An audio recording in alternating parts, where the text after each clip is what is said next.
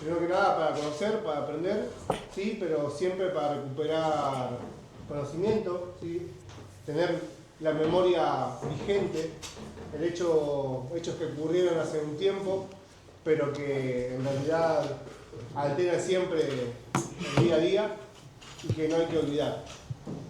Hoy vamos a escuchar las exposiciones de los colegas que nos van a contar sobre un hecho ocurrido en General Belgrano, ¿sí? En 1983, que nos toca muy de cerca, que quizás la historia hubiese sido otra si no hubiese pasado. Así que bueno, bienvenidos, y cualquier cosa después se va a abrir un tiempo para hacer preguntas, tomen anoten, tomen apuntes, y bueno, espero que sea productivo para todos. Muchas gracias.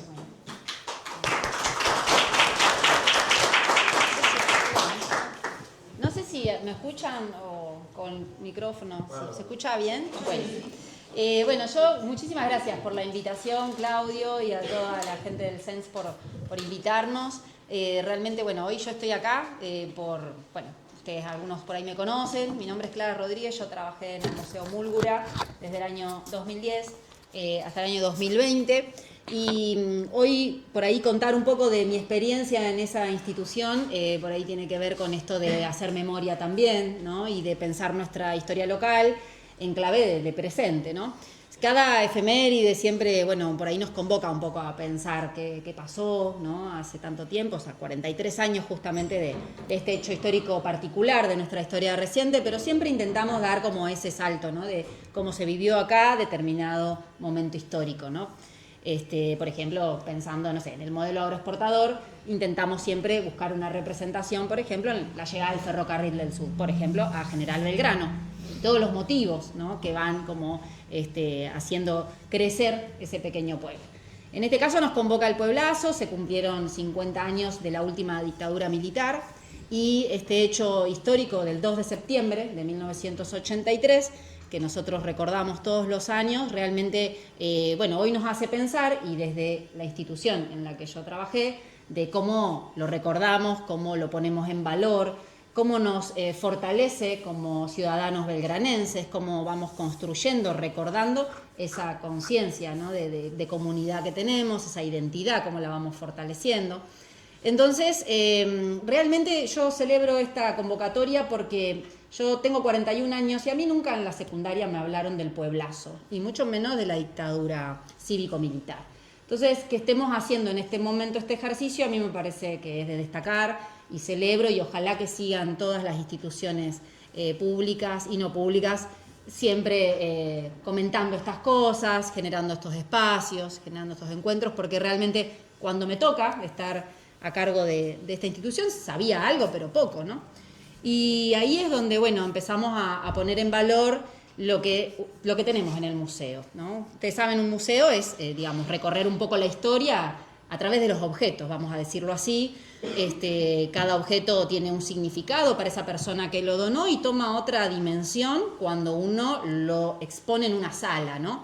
Le arma un recorrido, le vamos dando un mensaje, lo iluminamos de cierta manera para destacarlo, o, como ha pasado muchas veces, donde lo escondemos en un depósito y uno nunca sabe un poco de qué se trata algo. Entonces, llegar al museo significó encontrarme, por ejemplo, con una caja, de esas cajas azules, con algunas fotocopias de diarios, con algunas revistas, por ejemplo, la revista Gente, donde se le hace una entrevista a Mauro Zabalza, y algunos pequeños folletos, pero bueno, material que alguien juntó y guardó y que por suerte estaba allí. Así que a partir de eso empezamos a convocar, un poco a protagonistas de esa época, ¿no? Que nos contaran o que le dieran un poco de significado a esos documentos que teníamos ahí. Así que ahí aparece la historia oral como un recurso fundamental para pensar el pueblazo y para ponerlo en valor, como decía hoy. Aparece, Ricardo Buirás, que como saben, él junto a Héctor Carricaburu llevaron adelante esta propuesta del taller de historia belgranense, un taller de investigación histórica que nace en el año 2011 en el museo y precisamente en el Archivo Histórico Municipal Daniel Figlioli. allí, digamos, en los 90, en el 94, Daniel Figlioli, como presidente del Honorable Consejo Deliberante, él dicta una ordenanza, junto al el cuerpo, ¿no?, del Honorable Consejo Deliberante, para crear el Archivo Histórico Municipal, ¿no?, que no existía, ¿no? Siempre las municipalidades tienen archivos, pero son administrativos. Así que toda aquella documentación, por ahí mucho más histórica, que tuviera la Municipalidad de General Belgrano, iba a ocupar un espacio dedicado específicamente a eso, que era el Archivo Histórico. Y a su vez, en la gestión de Ricardo como intendente, se adquiere la colección del semanario El Imparcial, que es un semanario muy importante, es un periódico que nace en el año 1905 hasta 1989, esa colección, muy, muy valiosa para todos nosotros, porque allí se relata, ¿no? Se puede ver, se puede leer lo que pasaba en General Belgrano en todos esos años. Así que imagínense que abarca, si General Belgrano se creó en 1891, 1905, la verdad que tenemos un interesante acervo allí documental. Así que el Archivo Histórico Daniel Figlioli, digamos, es un conjunto, ¿no?, de esto de pensar un grupo de investigación, el taller de historia, un grupo de gente entusiasta, de vecinos, vecinas, algunos con formación, otros no tanto, pero que empezamos a intentar producir investigaciones, aportes, ¿no?, para la historia local, siempre investigando en estas fuentes que teníamos. No solo del pueblazo, de otros temas también, por supuesto, según el interés. Pero bueno, poner en funcionamiento estas instituciones implica esto, ¿no? Empezar desde el presente, como decía hoy, darle como un sentido, ¿no? ¿De qué nos sirve tener una caja con cosas guardadas si en realidad no la podemos, compartir? De ahí también viene el trabajo de digitalización. Por suerte había bastante cantidad de material fotográfico digitalizado, recabado, y que empezamos a digitalizar para poder difundir mejor. Ahí, por ejemplo, Vicky aparece, ¿no?, hace unos años con la necesidad de su tesis, necesito folletos, necesito fotos, recortes, y más allá de la visita, de sentarnos a leer el diario y a tomar apuntes, la digitalización es una herramienta fundamental. Así que allí ella, después va a mostrar algunas de las cosas que fuimos juntando. Y esa, digamos, es la labor por ahí, pienso, de instituciones públicas como el museo, el archivo, ¿no? Las personas que estamos convocadas a eso, intentar trasladar, ¿no?, o tratar de comunicar, de mediar en la comunidad un poco estas cosas. Así que, yo por ahora esto nada más quería comentar de la importancia que tienen estos espacios, de la importancia que tienen también los lugares de la memoria, de los monumentos, en General Belgrano. Sabemos que tenemos el monumento al pueblazo o el monumento a los desaparecidos y desaparecidas, ¿no? Por estos temas que por ahí estaban un poco silenciados, como yo decía, a mí no me enseñaron, no sabíamos que había desaparecidos y desaparecidas en nuestro pueblo. Y algunas organizaciones empezaron a empujar, ¿no?, ese mensaje, de empezar a conocer, de ponerles un rostro, porque no sabíamos quiénes eran, sabíamos los nombres, pero empezamos desde el museo a buscarle una imagen, ¿no? Esto en relación al último golpe. Entonces digo, la importancia de esto, de la imagen, del registro, en cualquier investigación que por ahí se animen en algún momento a hacer. Me parece que está bueno, ¿no?, esto de que por ahí se puedan sentir un poquito historiadores. Estaría bueno si por ahí surge más adelante algún proyecto, estaría bueno que lo puedan llevar adelante. Y pensar también en el pueblazo.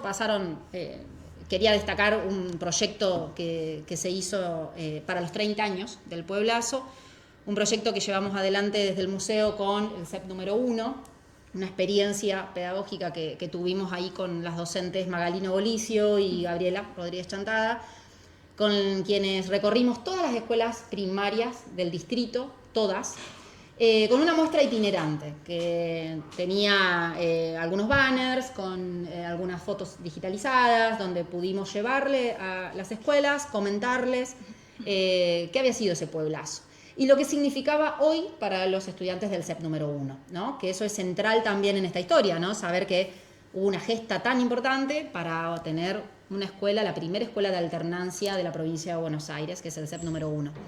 Entonces, los propios estudiantes del CEP contaban a los chicos de la primaria que había sido el pueblazo.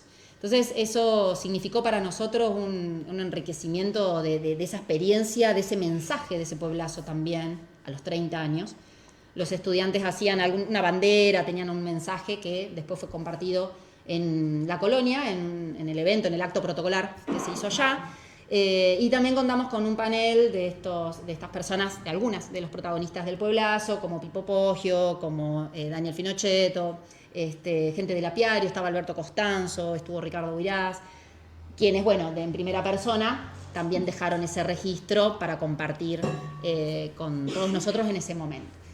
Pasa el tiempo, bueno, a veces hoy por ahí desde estas instituciones es necesario apoyarnos mucho en las instituciones educativas, en todos los niveles, para poder, bueno, que el Pueblazo sea conocido, que se sepa, ¿no? que podamos estudiarlo.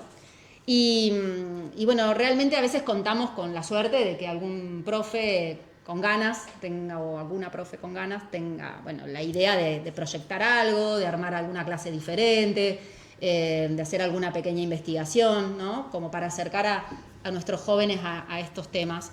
Y realmente después nos encontramos también, que lo podemos ver en el espacio público, con artistas que han retratado el Pueblazo, como por ejemplo la artista Gisela Zabalza, que incluso es nieta de don Mauro Zabalza, ¿no? Él desde su radio difundió todo lo que iba pasando día a día en esos días del Pueblazo, desde el 2 al 5 él iba generando, ¿no? Que la gente vaya a la calle, que vayan a las marchas, que vayan a la municipalidad. Y bueno, ver ese mural tapado que se hizo y haberlo tapado también nos dice algo de bueno, no sé si es un desconocimiento, no sé si es algo que pasó sin querer, no lo entiendo, pero realmente es doloroso decir, bueno, tenemos artistas que se ocupan de reflejar un hecho histórico tan importante que lleva tiempo y que el respeto sobre todo a la temática, bueno, y verlo tapado, también nos encontramos con esas cosas, ¿no? Encontrarnos con esos vacíos, pero también teniendo la fuerza, como en este encuentro, de generar memoria. Así que por mi parte nada más, y bueno, no sé si Vicky o Ricardo, no sé quién quiere comenzar. Bueno, comienzo yo. Muchas gracias. Yo subí esa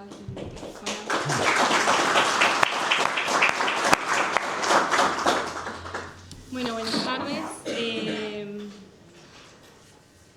Me llamo Victoria Sebastiani, soy socióloga, recientemente recibida de la licenciatura y el profesorado. Realicé mi tesis de grado sobre... Perdón, ¿se escucha o puede ser que esté apagado? No, yo lo digo, pero capaz que estaba fluido. Ah, está bien. Yo para que puedan escucharme bien.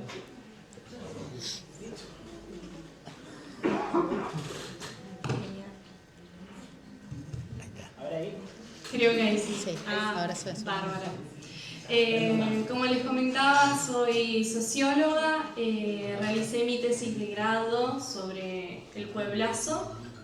Es una investigación que me llevó 5 años, me acompañó gran parte de mi carrera, fui realizando entrevistas, búsqueda de información, todo lo que necesitaba para poder realizar la tesis de grado. Como acá pueden ver, esta sería la portada, ya está oficialmente publicada por la UNLP y es de libre acceso, puede acceder cualquier ciudadano, ciudadana italiana, ciudadano belgranense que pueda estar interesado en esta propuesta. Y una tesis de grado en sí es un trabajo de investigación académico que se realiza para obtener lo que sería un título universitario. Es el requisito que uno necesita para poder aprobar, para poder obtener su título. Y se trata, ¿no?, de investigar de manera sistemática o buscar información sobre ese objeto de interés y lograr una conclusión, hipótesis, por ejemplo. Y acá lo que tienen es el QR, por si quieren escanearlo, pueden acceder en este momento a la tesina de grado para que puedan verla en este momento.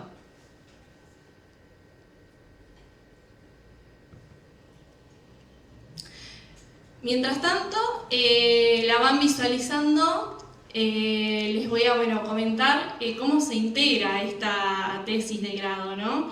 Está compuesta por un tema de investigación, que es el fenómeno que uno como investigador e investigadora quiere indagar, un problema de investigación, que es el planteo de lo que yo quiero conocer como investigador e investigadora, una pregunta que va a orientar el estudio de lo que yo voy a indagar, los objetivos que me propongo que con esta investigación, antecedentes en relación a si hubo autores, autoras, profesionales que anteriormente ya investigaron este objeto de estudio, como es en el caso del pueblazo.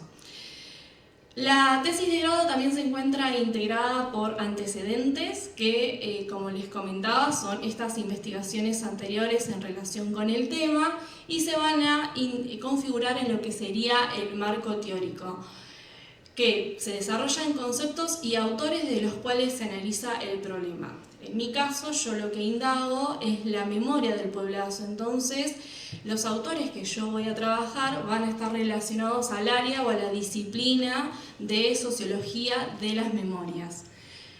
Uno cuando investiga también trabaja con ciertas metodologías. Tenemos por un lado la metodología cuantitativa, que está basada en números, datos estadísticos. Después está la metodología cualitativa, que se trata de entrevistas, encuestas, observación, análisis documentales, y la metodología mixta, en donde yo puedo combinar estos dos tipos de metodologías para poder dar cuenta de mi objeto de estudio. Luego uno como investigador va a analizar, con toda la información que tiene, va a realizar un análisis al respecto. Después la tesis de grado se encuentra integrada por conclusiones que ahí se van a responder al problema, van a surgir nuevas preguntas, ahí van a estar también los hallazgos y la bibliografía, que va a ser académica o en el caso del pueblazo una búsqueda previa sobre sobre de qué se trató. A mí me pasó que cuando yo egresé de la secundaria no tenía mucha información al respecto de lo que se trataba el pueblazo. Entonces, ese fue un puntapié para que yo pueda investigar, indagar, dar cuenta de qué era lo que yo quería saber. Así que el tema de investigación fue la construcción y transmisión de las memorias sobre el acontecimiento histórico conocido como el pueblazo, ocurrido en septiembre de 1983. El objeto de estudio que se encuentra en mi tesis de grado es los procesos mediante los cuales estas memorias construidas, transmitidas y resignificadas a lo largo de más de 40 años se fueron reconfigurando, fueron adquiriendo distintas dinámicas. La tesis se encuentra integrada por un resumen, por una introducción y por un capítulo 1. En este primer capítulo yo lo que trabajo es el marco teórico y el abordaje metodológico sobre el pueblazo. Consideré en la investigación que el pueblazo no se constituye como un acontecimiento aislado, sino que se encuentra relacionado con antecedentes históricos. Por un lado tenemos una primera expropiación que se anuncia en el año 1950 con el gobierno de Perón, y en 1951 se efectúa esta primera expropiación. Y luego, en 1983, vamos a tener este intento de venta en el marco, en el contexto de una dictadura militar. Esto lo que permite comprender son la continuidad de las tensiones y los conflictos que fueron atravesando la historia local. Para dar cuenta de esto, en el marco teórico se abordó el campo, como les comentaba recién, de la sociología de la memoria.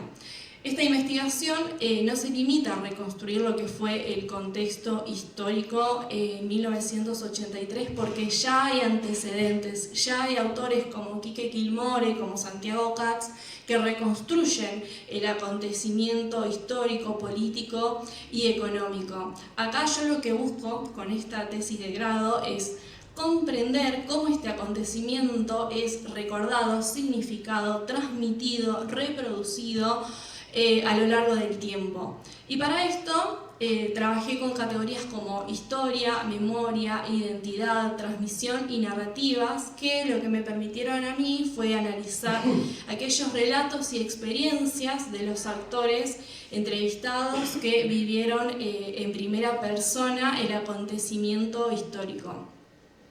Luego se trabajó con algunos autores afines a la disciplina de sociología de las memorias como Elizabeth Schelin, Maurice Hallward, Michael Pollack, Marina Franco y Florencia Levin, entre otros autores que a mí me permitieron construir este marco teórico.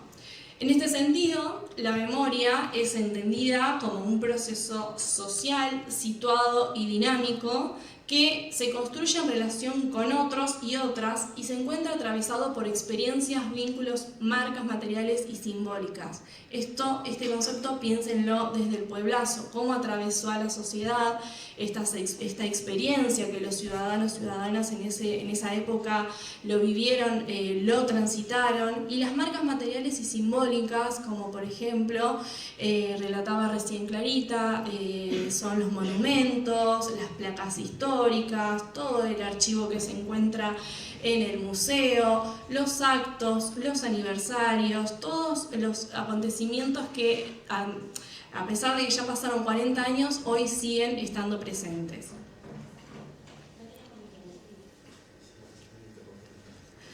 Decisiones metodológicas que se dieron en la investigación. Mi decisión cuando decido investigar el pueblazo es en el año 2021. Y la primera etapa de investigación se da con un estudio de carácter histórico, narrativo, para dar cuenta de una serie de fuentes primarias afines al objeto de estudio. Como recién comentaba Clarita, estos documentos fueron recursos periodísticos de la época, tanto locales como nacionales, fuentes documentales como decretos e imágenes que fueron la base para construir este objeto de interés. Mi primera decisión cuando decidí investigar el pueblazo fue recurrir al museo. Y ahí me encontré con una serie de archivos que a mí me permitieron profundizar un poco más en mi objeto de interés. La segunda etapa se da en 2022, ahí se empiezan a explorar los objetos materiales a los que se denominaron como memorias objetivadas, como recién nombraba, las placas conmemorativas sobre el pueblazo. Son memorias objetivadas que quedan sedimentadas luego del pueblazo, luego del transcurso de los años, en instituciones como se observan en la iglesia, en la municipalidad y en lugares de memoria. También en 2022 pude dar cuenta de dos obras literarias muy importantes que me permitieron reconstruir el contexto histórico del pueblazo, que fueron los libros de Santiago Katz y de Quique Quilmore. Entre 2022 y 2025 llevé a cabo la realización de entrevistas estructuradas bajo la revisión de un director y de una codirectora con una guía de preguntas abiertas. Estos testimonios, a mí estas narrativas me permitieron ser no solamente como fuentes de información sobre el pasado, sino como narraciones mediante las cuales los sujetos construyen sentidos en base a sus experiencias e identidades en base a lo que fue el pueblazo. Dos de los entrevistados se encuentran acá conmigo, Clarita y Ricardo Huiraz. Se realizó después la búsqueda de bibliografía académica. Esa fue una instancia que atravesó todo el proceso de la investigación. Y es fundamental el acompañamiento en estos casos de un director y una codirectora que quisiera destacar, que fueron Santiago Cueto Rúa y Paula Cuestas, sociólogos de la Facultad de Humanidades y Ciencias de la Educación, que durante todos estos años me acompañaron en la construcción de mi tesis de grado. En el capítulo 2 lo denomino como la ciudad ha bautizado su movimiento el pueblazo. Acá lo que pueden ver es la imagen original de las movilizaciones en ese momento y una imagen recuperada a color. La bibliografía que utilicé para construir el contexto histórico local fue Arce y Salomón, el valor simbólico de la tierra, donde trabajan la primera expropiación que se llevó a cabo durante el primer peronismo. De Marco Rosa María Celeste, una investigación muy reciente que se trata del pueblazo de los chicos. Ella ahí recupera las voces de los niños, niñas y adolescentes que participaron en las marchas del pueblazo. Santiago Katz, también un pedagogo platense que vino años después a investigar sobre el pueblazo y realizó un libro. El libro de Quique Quilmore, que es uno de los libros que me pareció muy enriquecedores porque pude a través de él conocer la experiencia en carne propia sobre los acontecimientos de esta gesta popular, y otras fuentes como bibliografía académica, entrevistas, recursos audiovisuales, imágenes y fuentes de interés. Para ubicarnos en tiempo y espacio, lo que sucedió con respecto al pueblazo, las tierras de la antigua estancia Santa Narcisa, conocidas hoy como Colonia El Salado, se encuentran ubicadas a 13 kilómetros de General Belgrano, sobre la ruta provincial número 41. Ahí se encuentra el Museo de las Estancias, el Bosque Encantado, diseñado por Carlos Tais, un paisajista que también diseñó los bosques de Palermo. Actualmente el Bosque Encantado es considerado una reserva natural, y también se encuentra el apiario Pedro Bauer y el Centro para la Producción Total número 1, CEP. Remontándonos al contexto histórico, en primer momento las tierras pertenecieron por herencia a Claudio Stegmann. Claudio Stegmann era un hacendado, nació en 1833, fallece en 1887, y su principal fuerte en la actividad rural, tanto en el partido de General Belgrano como en Pira, era la cría de ovejas raza merino y caballos de tiro ligero. Además, él fue uno de los fundadores de la Sociedad Rural Argentina. La familia Stegmann tiene su origen, su apellido, data de Nueva York. Ellos se afincaron en la ciudad de General Belgrano a principios del siglo XIX. Fueron dueños de vastas extensiones territoriales en la zona y tuvieron vinculación con la familia apellido Rosas, Terreros y los Aguirre. Ellos se destacaron por la explotación de primitivos saladeros, origen de la industria de la carne. También fue un factor muy importante en ese momento en que el país estaba en pleno desarrollo. En 1944 las tierras quedan en dominio de Ernesto Aguirre. Ernesto Aguirre, jurisconsulto, hacendado, nacido en Buenos Aires en 1877, él realizó sus estudios en Alemania, fue propietario de vastas tierras en la provincia de Buenos Aires, en Entre Ríos, Santa Cruz y Río Negro. Él también fue diputado en la legislatura de la provincia de Buenos Aires desde 1909 hasta 1912 y senador provincial en el segundo gobierno del doctor Marcelino Ugarte. En las instalaciones de la estancia se encontraba una granja denominada Santa Narcisa.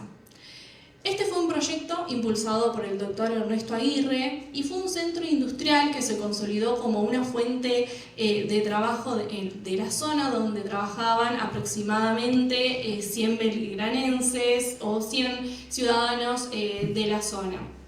Se producían dulces, mermeladas, quesos que eran vendidos a tiendas inglesas conocidas como Gad & Chase y Harrods, que estaban en Capital Federal y en el interior del país.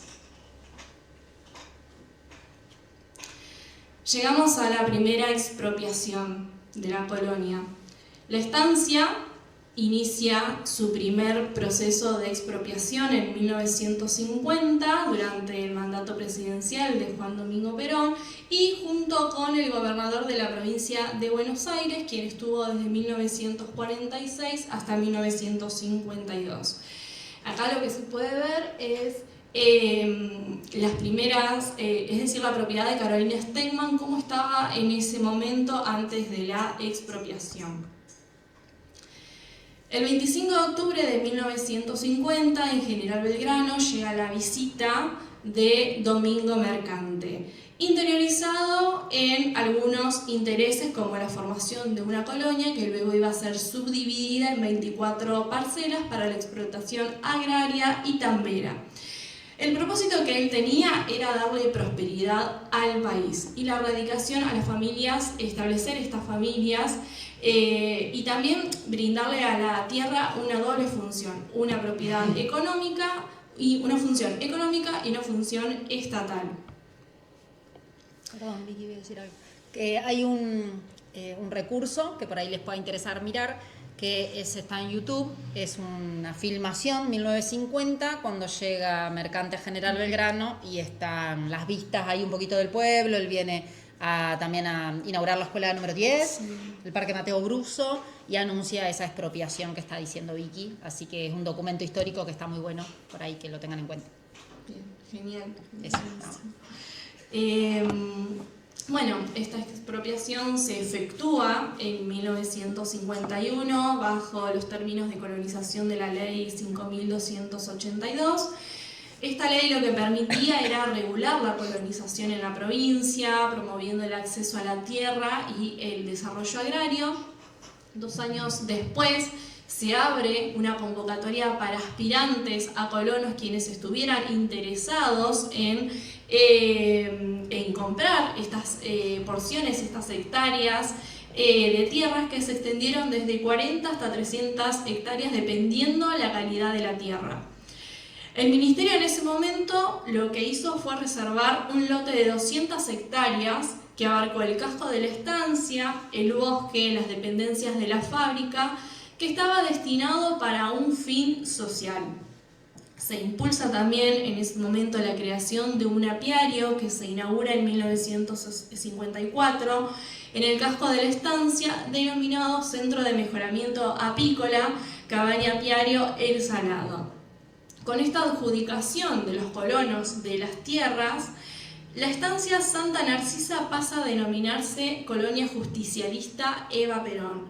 Cambia su nombre, aunque en 1955, con lo que fue la Revolución Libertadora, los carteles fueron destrozados por simpatizantes antiperonistas y ahí finalmente la colonia pasa a denominarse Colonia El Salado. Seguramente ustedes estén preguntando, bueno, ¿por qué se vendieron, por qué se expropiaron estas tierras? De Arce y Salomón citan textualmente qué era lo que pasaba en ese momento. Y ellas lo que dicen es: si en el pueblo no prevaleció una connotación crítica de la estancia Santa Narcisa y de Ernesto Aguirre, ¿por qué el peronismo provincial decidió expropiar y colonizar la propiedad? ¿Qué efectos buscaba? A modo de hipótesis, se puede plantear que fue una medida tendiente a crear un impacto simbólico en la opinión pública, más allá de sus efectos reales. Por un lado, mostraba la preocupación gubernamental de frenar el éxodo rural y dignificar a los trabajadores rurales, problemas que aquejaban a la localidad. Constituía un reclamo compartido por el vecindario la necesidad de afincar y elevar la calidad de vida de los pobladores rurales que, en busca de mejores oportunidades, migraban a la ciudad. Lo atestiguan las notas periodísticas y los petitorios gestionados ante las autoridades, como el entregado Mercante en 1950, a raíz de la visita en el cual se le pedía la mejora de caminos y la mejora en condiciones de comercialización. Además, hay que contemplar que si bien Aguirre era un ícono de la riqueza porque tenía vastas tierras a lo largo de provincia de Buenos Aires y otras provincias en Argentina, Provenía, si bien de una familia adinerada, no pertenecía al sector más influyente dentro de la burguesía rural. Sus intereses económicos nodales se radicaban en el ámbito urbano y su presión política no habría sido suficientemente efectiva para bloquear la expropiación. Estos datos corroboran la hipótesis de que la política de las tierras no afectó a los grupos más prestigiosos dentro de la burguesía agraria pampeana. A nivel provincial, pudo haberse tratado de un ajuste de cuentas producto de disputas internas dentro del partido gobernante, teniendo en cuenta que Aguirre había sido hasta 1946 director del Banco Nación y que integraba las filas del conservadurismo bonaerense con amplia participación en cargos públicos durante la gestión de Marcelino Ugarte. No sé si Ricardo quiere aportar. No, está bien, sigue nomás. No, puedo decir algo. El único mérito mío es ser viejo. Digo, de mucha de la gente que participó en el pueblazo, somos un puñadito de sobrevivientes, lamentablemente nada más. Creo que lo más importante, porque durante mucho tiempo, hasta nosotros mismos, reconocemos que, particularmente cuando sucedió el pueblazo, yo no conocía la colonia. Digo esto porque hubo una confusión durante mucho tiempo sobre de quién eran las tierras de la colonia. ¿Por qué la gente salió a defender la tierra de la colonia si ni siquiera eran de General Belgrano, ¿no? Entonces, como para encuadrarlo un poquito con esto que ha dicho Vicky hasta ahora, es decir, cuando Mercante, el coronel Domingo Mercante, que recién señalaba Vicky, es el primer gobernador de Perón. Perón llega al poder en el 46 y en la provincia de Buenos Aires es gobernador su compañero, un oficial del ejército que se había recibido con él, Domingo Mercante, y se da la situación de que en Belgrano en ese momento también gobernaba el peronismo. Aquí esas elecciones del 46, es intendente Oscar Mateo Bruso, el padre de Magdalena Bruso, si algunos las conocen, que ha sido docente mucho tiempo acá, su papá era intendente, y había un diputado, Daniel Ferrer Burgueño, también los apellidos conocidos de Belgrano, en General Belgrano, que había militado en el peronismo y era amigo personal de Mercante. Por eso viene Mercante a General Belgrano, inaugura la escuela número 10, el edificio de la escuela allá donde está al lado de la ruta, y inaugura el edificio del Balneario Nuevo, que decía Clarita recién, donde ahora está la dirección del turismo, en el Parque Mateo Bruso, donde se hacen los bailes en el verano. Y anuncia acá en la esquina, hay una marcha, un desfile gaucho, y anuncia que va a expropiar dos grandes extensiones, que son Santa Narcisa, es esta estancia que recién mencionaba la doctora, y Poronguitos, que era la estancia de Stegman. El por qué aparece Aguirre ahí, que un poquito a lo mejor quedó en el aire, es porque una de las hijas de Stegman se casa con Manuel Aguirre. Entonces, esas tierras las hereda.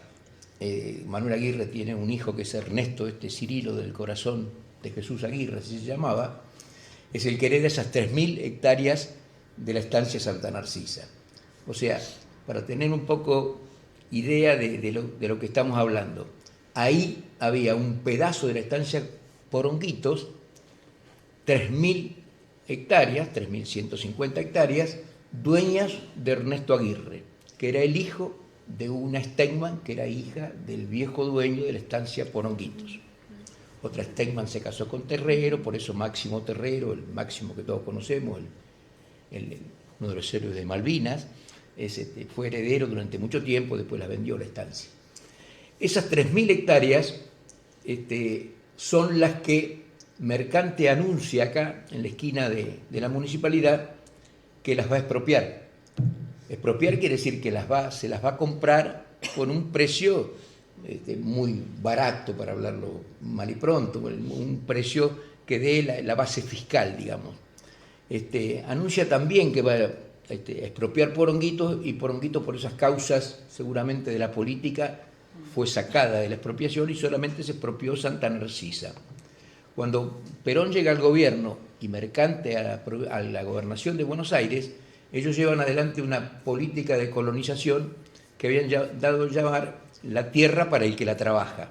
Entonces ellos consideraban, una ideología política, que se puede estar de acuerdo o no, de que habiendo tantas tierras ociosas de terratenientes que las habían heredado después de la campaña del desierto, así que la habían heredado por prebendas, no eran que las habían comprado, etcétera, etcétera, debían ser repartidas entre la gente para que las trabajaran.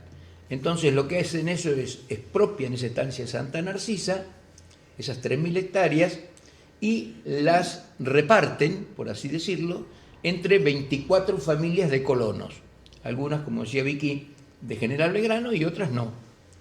Se reparten en extensiones de entre 100 y 300 hectáreas. Depende de la calidad de la tierra. ¿Está ahí? Sí. Exactamente. Depende de la calidad de la tierra, más o menos hectáreas. Y se reservan para sí, como recién bien decía Vicky, 200 hectáreas para hacer un desarrollo más adelante, donde después se hace el apiario Pedro J. Bober, para hacer una escuela, que es hoy la escuela 17, la escuela primaria número 17, que está enfrente de los edificios de la colonia, para hacer una capilla que después se hizo, que es la de San Isidro Labrador, que está en la esquina, un club de campo, que es el Club Salado, que funcionó durante mucho tiempo y está cerrado, pero funcionó, y esas 200 hectáreas quedaron propiedad del gobierno de la provincia de Buenos Aires. Esas son las hectáreas que en el 83 se pretenden vender, que es lo que después Vicky irá a contarles adelante. Pero quiero decir, cuando se van a vender esas hectáreas en el año 83, esas tierras eran de la provincia de Buenos Aires, no eran de la municipalidad de General Belgrano.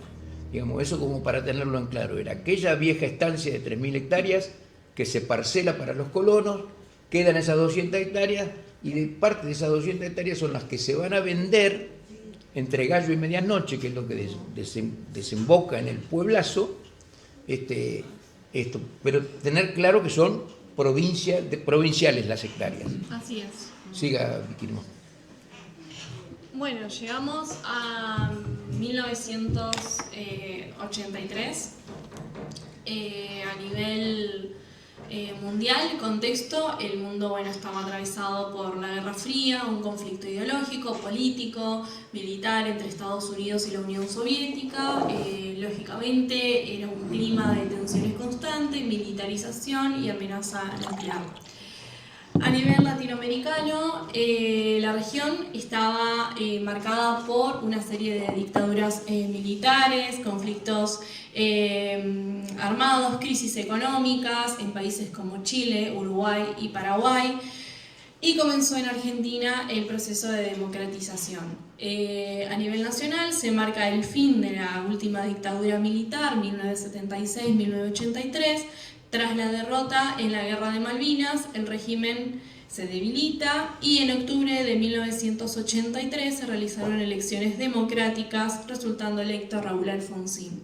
Se inició un proceso de reconstrucción institucional y recuperación de derechos. Bueno, acá un mapa como para visualizar cómo estaba la situación en ese momento, qué países estaban en dictadura. 30 años después, la colonia El Salado vuelve a atravesar un intento de expropiación, pero ya no con un fin social, sino ya con un fin económico para la dictadura militar que ya estaba previo a la salida, ¿no? Porque en octubre de 1983 iba a haber elecciones presidenciales ya democráticas. Podemos preguntarnos de qué se trató el Pueblazo.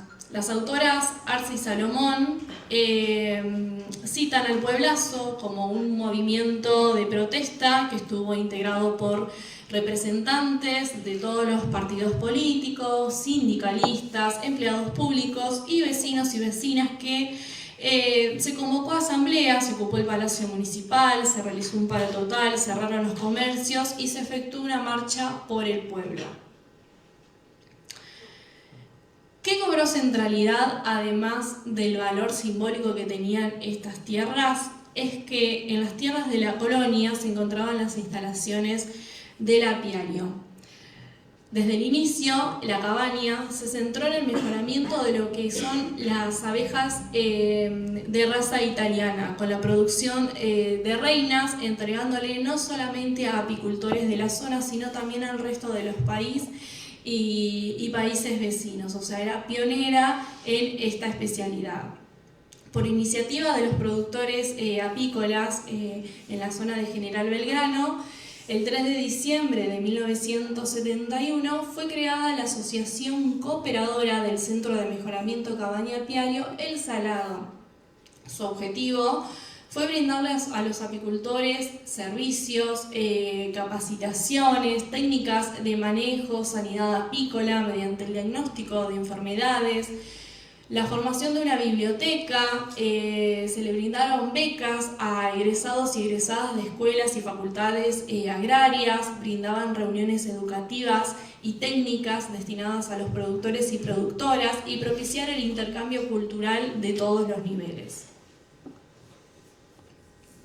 En 1983, la gestión municipal estaba a cargo del intendente comisionado Néstor Fernando Argüelles.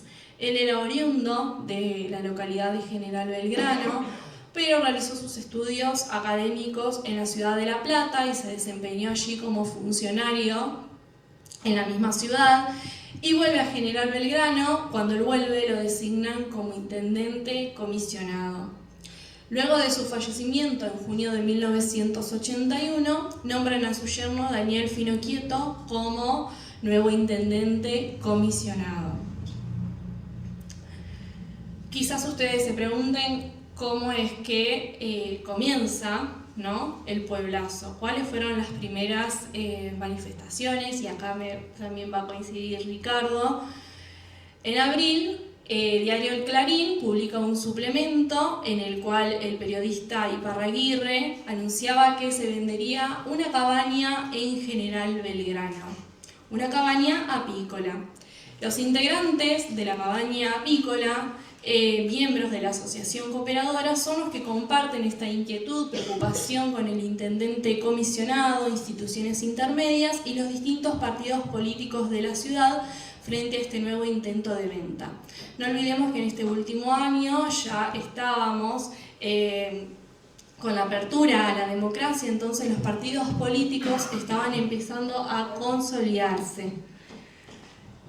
En mayo comienzan las tensiones con la visita del ministro de Asuntos Agrarios de la provincia de Buenos Aires, Félix Berecia Artúa, al apiario Pedro Bober.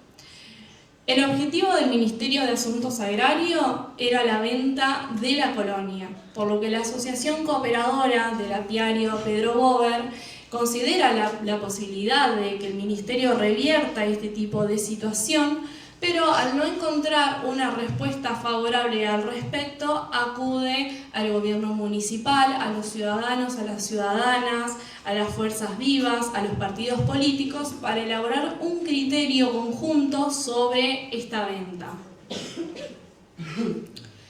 En junio comienza un proceso paulatino de apertura política y se comienzan a desarrollar tres momentos o tres hechos. En primer lugar, se da una reunión en la Casa Radical con los dirigentes de los 5 partidos políticos que se oponían a esta venta y tenían decidido continuar con la lucha contra la decisión del gobierno provincial de vender las tierras de la colonia.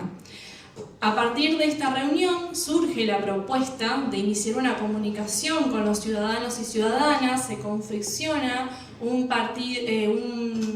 volante en conjunto con los partidos, Partido Justicialista, Unión Cívica Radical, Partido Intransigente, Partido Socialista Democrático y el Movimiento de Integración y Desarrollo MID, que en ese momento estaban preparándose para la apertura de la democracia. Un segundo momento, un segundo hecho que sucede es que el Ministerio de Asuntos Agrarios decide ceder ante la resistencia y resuelve no trasladar el apiario.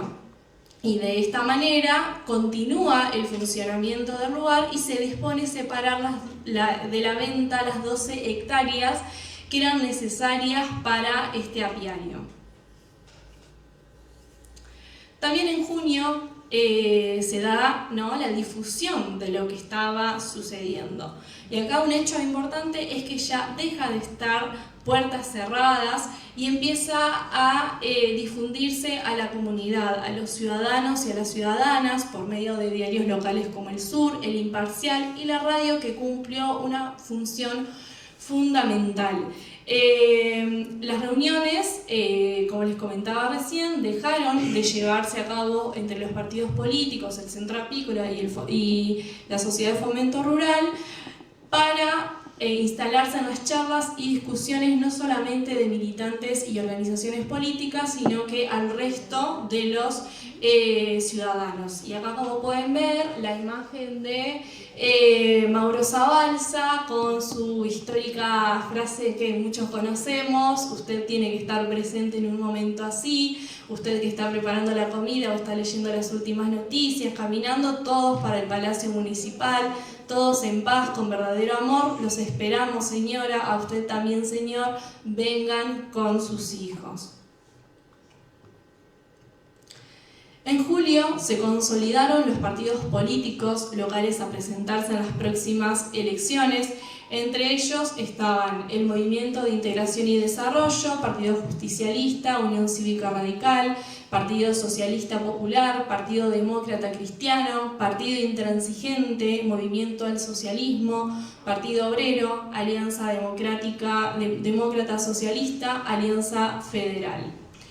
Ya en agosto, con respecto a la venta de la tierra, ya corría contrarreloj, porque la fecha pautada para la venta de las tierras de la colonia era el 31 de agosto, que se iba a llevar a cabo en el Teatro Lozano, en la ciudad de La Plata.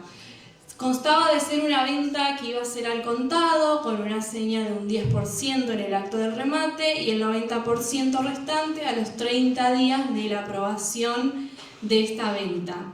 No sé si, Ricardo, vos querés aportar algo con respecto a... No, digamos, el hecho en sí, como dice Vicky, creo que lo más importante es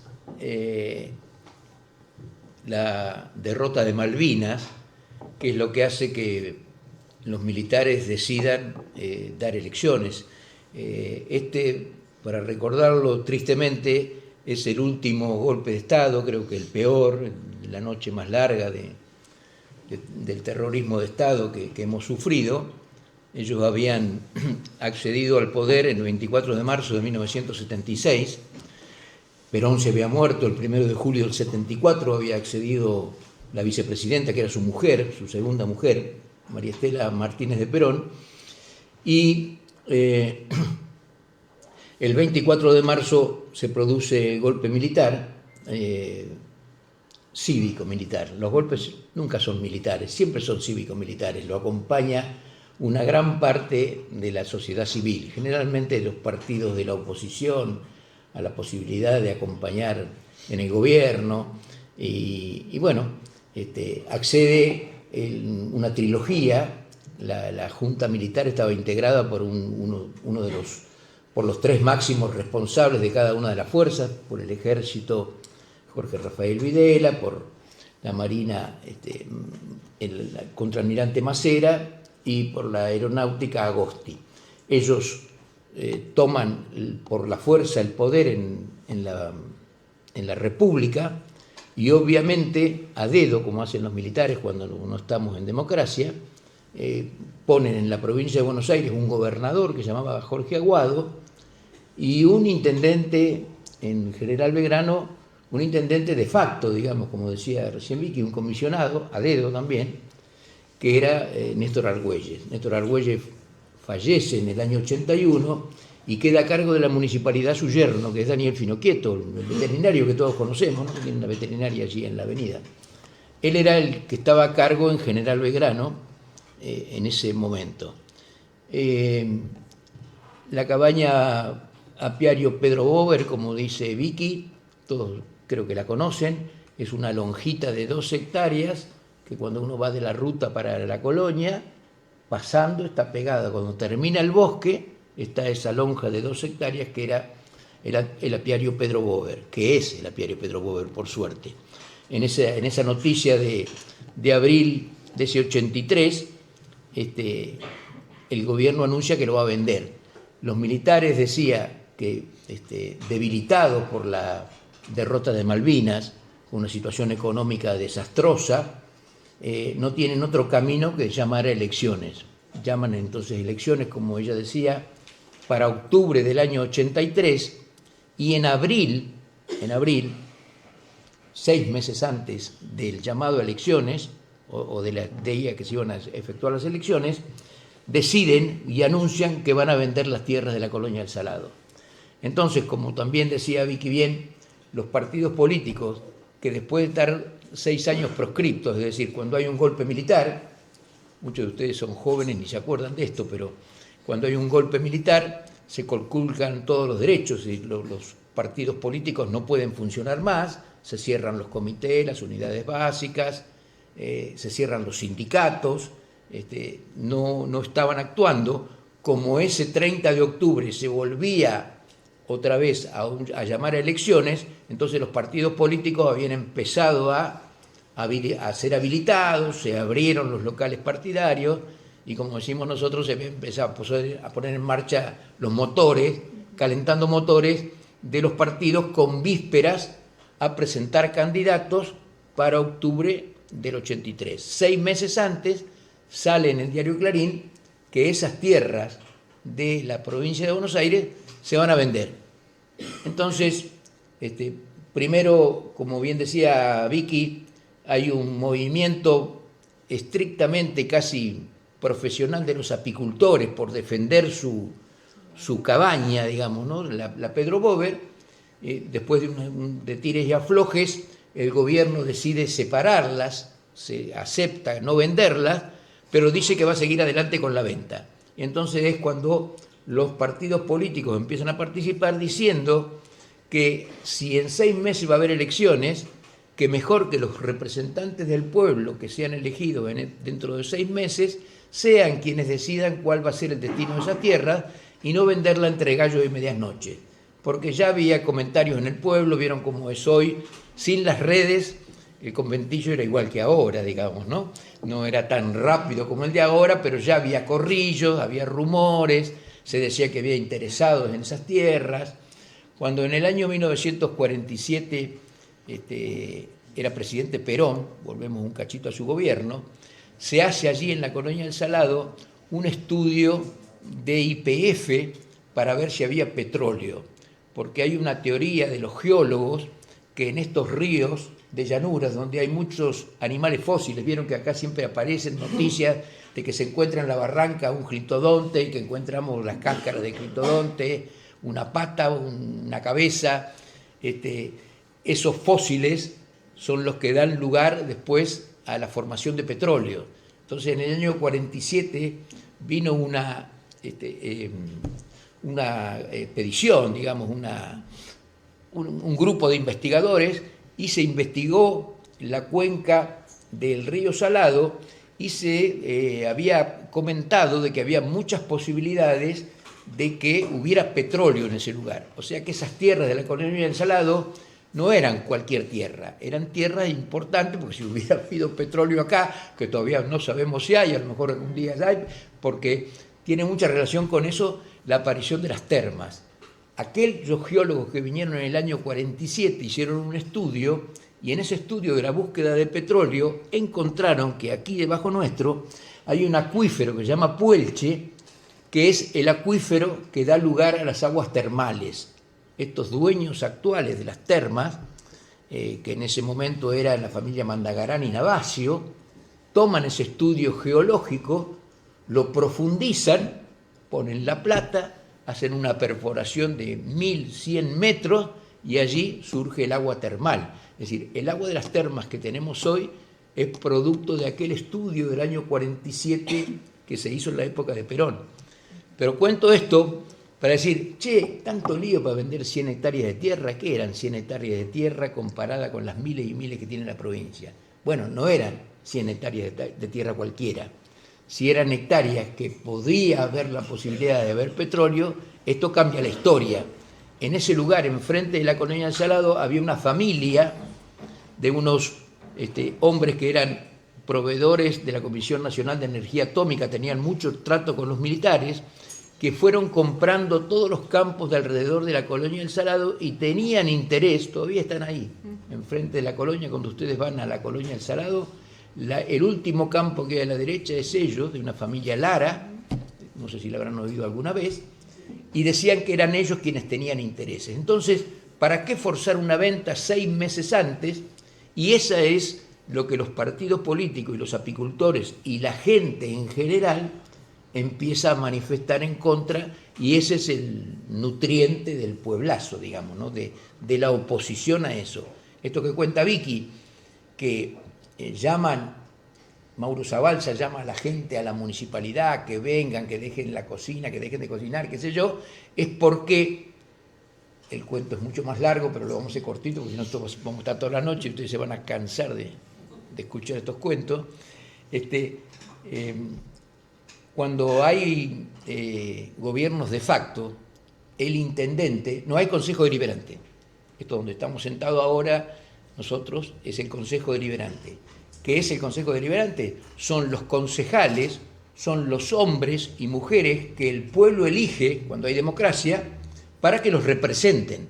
Quienes se sientan, nosotros tenemos ahora 12 concejales en estas bancas, hoy formados por 3 partidos políticos, hay concejales del oficialismo, de la Unión Cívica Radical, o Cambiemos, o como se llamaba en su momento, del Partido Justicialista y de la Libertad Avanza. Están elegidos por ustedes, por nosotros, los elegimos en algún momento.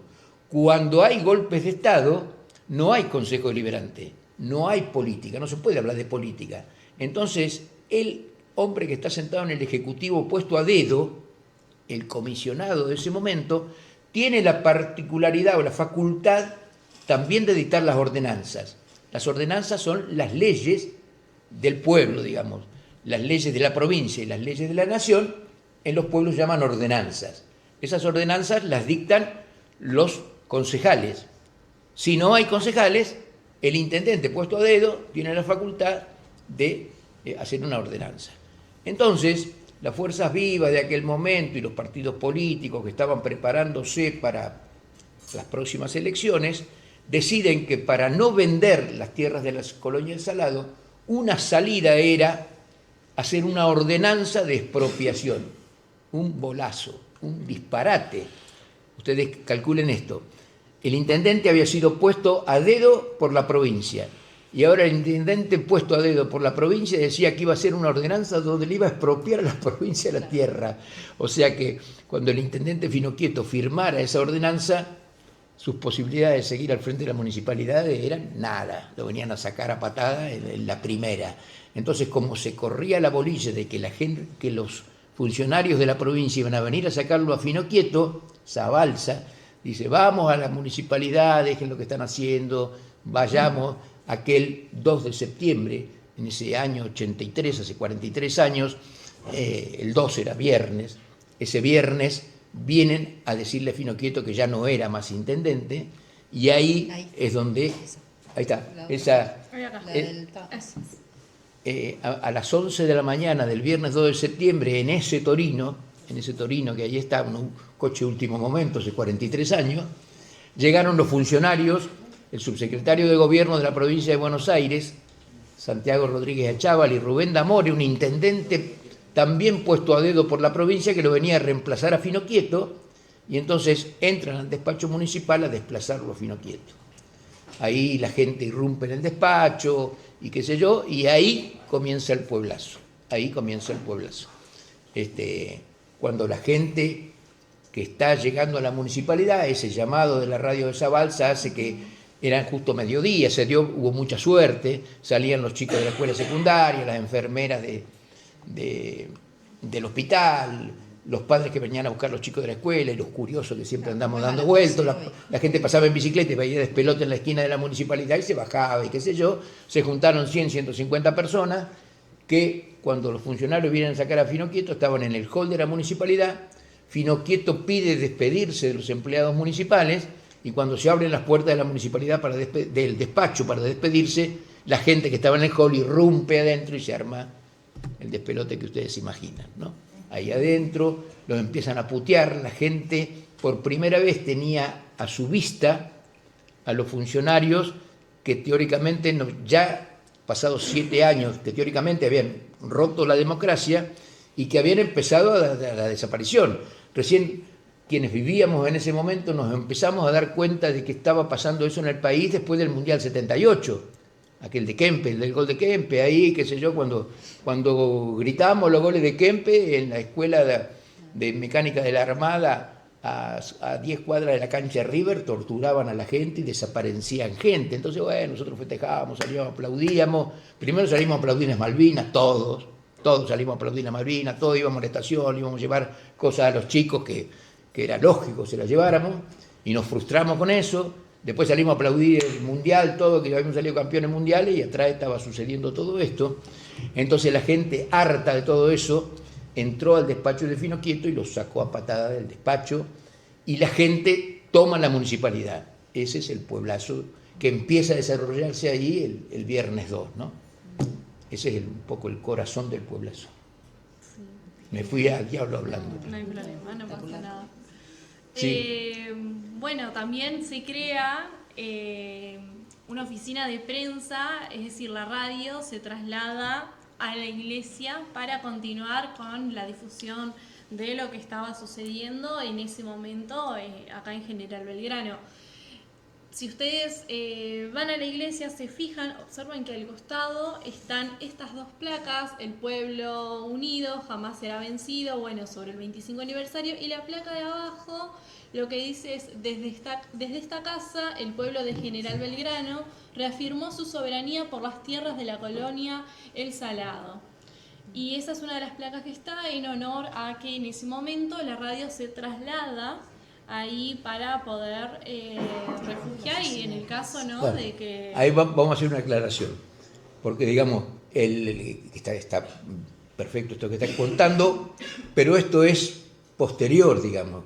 La municipalidad se toma acá, la gente entra a la municipalidad acá, y la oficina de prensa, el despacho sigue estando en el mismo lugar. La puerta de ahí afuera, ahora cuando se van, es la puerta del intendente hoy, de Osvaldo Di Napoli, ahí, su despacho está ahí, y al lado hay un despacho más chiquito que era la Secretaría de Gobierno.